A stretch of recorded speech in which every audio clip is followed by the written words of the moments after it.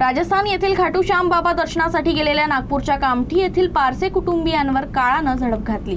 हा अपघात राजस्थानच्या सालासर इथं 11 मार्चला झाला। दरम्यान शनिवारी या तिघांचे मृतदेह कामठीत आले। दरम्यान त्यांच्यावर अत्यंत शोककुला वातावरणात अंत्यसंस्कार करण्यात आले। मिळालेल्या माहितीनुसार 11 मार्चला सायंकाळी सुमारे 6 वाजताच्या सुमारास पारसे कुटुंबीय तवेरा गाडीनं राजस्थानातील खाटू श्याम बाबा मंदिरात दर्शनासाठी निघाले।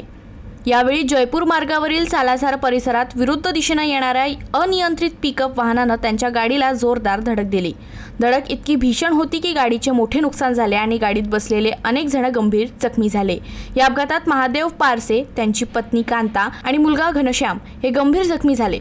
त्यांना तातडीनं रुग्णालयात दाखल करण्यात आलं, मात्र उपचारादरम्यान डॉक्टरांनी तिघांनाही मृत घोषित केलं।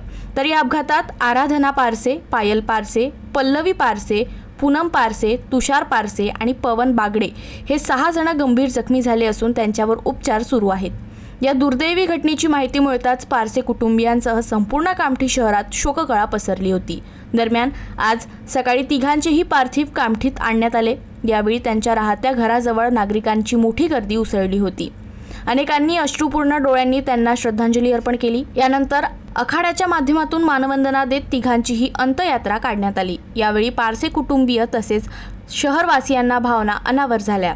अंत्ययात्रा शहरातील मुख्य मार्गावरून काढण्यात आली आणि कन्हान नदीकाठी तिघांवर अंत्यसंस्कार करण्यात आले।